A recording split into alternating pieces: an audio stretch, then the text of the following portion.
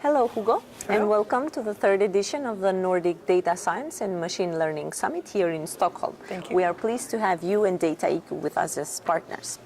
Before we go on, can you please tell us more about yourself and the company that you're representing today? Sure, I'm very pleased to be here. Actually, it's the second time I come to this event, and it's a pleasure as last time. So I'm representing Dataiku. So I basically work in that company that offers a data science platform since now more than 2 years. So I worked on the business development part of Dataiku. So I had the chance to really meet with a lot of interesting data executives for the past 2 years, and even before that, since I was working in the same sphere, I would say. Okay, so you mentioned data science. Hugo, AI and machine learning, which is the main theme of this year's event, are offering these opportunities to transform the operations, the services in companies. Where does data science come in this? How is it the state of it? Yeah, well, actually we hear a lot of different things about this, and AI as well. Artificial intelligence is quite the hype right now. But we don't want people to feel that there will be some broken promises around this. So simply for us, and that's how we see data science in AI, is basically data science allows you to transform data, use new technologies that we have now, like, for example, machine learning, deep learning, to get some predictions. But with AI, it's basically added capabilities. Basically, it's going a bit further than this with things that new perceptions, interactions with the data. Okay, my next question was actually about what does Dataiku do regarding AI solutions. But according to Gartner, these AI technologies must overcome 3 challenges to be successful in the non-vision world, but perhaps in the vision one as well. Language, context, and reasoning. Yeah. Well, actually, it's quite linked to this, and we're quite agreeing with what Gartner says about this. Our perception is maybe more broader, so not just speaking about text reasoning and this kind of things. We think that there are 3 different areas of added capabilities that we need to add with AI. Basically adding new perceptions. So, for example, understanding not just normal data, but unstructured data, like videos, audio, or text or graphs. But also new interactions. So, for example, a good example is actually chatbots. They are a new way for people and machine to interact together. And the last one will be about decision. AI just not bring only new predictions and things like this, but should add a layer of smart and strategic decision making. Your presentation today, your talk, was the path from enterprise AI. And enterprise AI is a target state where every business process is AI augmented, and every employee is an AI beneficiary.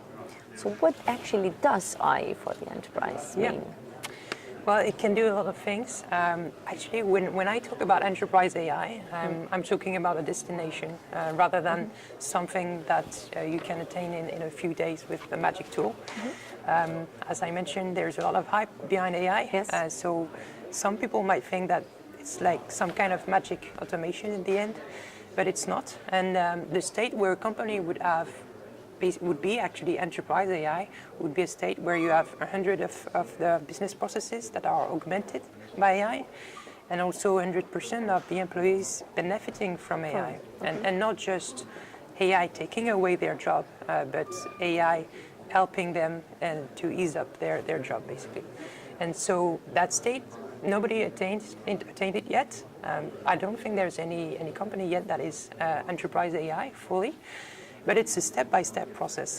The companies need to go little by little through successes, global successes, but also local successes to go to this step. But you believe this will happen? I hope so. Yeah, one day. It's not for tomorrow, but I'm convinced it's going to come. And what about the challenges to these AI adoptions? Yeah.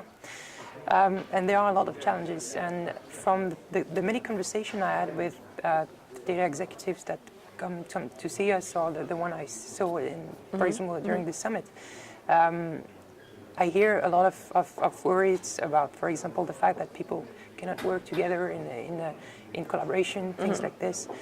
Basically, we see that unsiloing is the massive and more important challenge that companies will face in the future.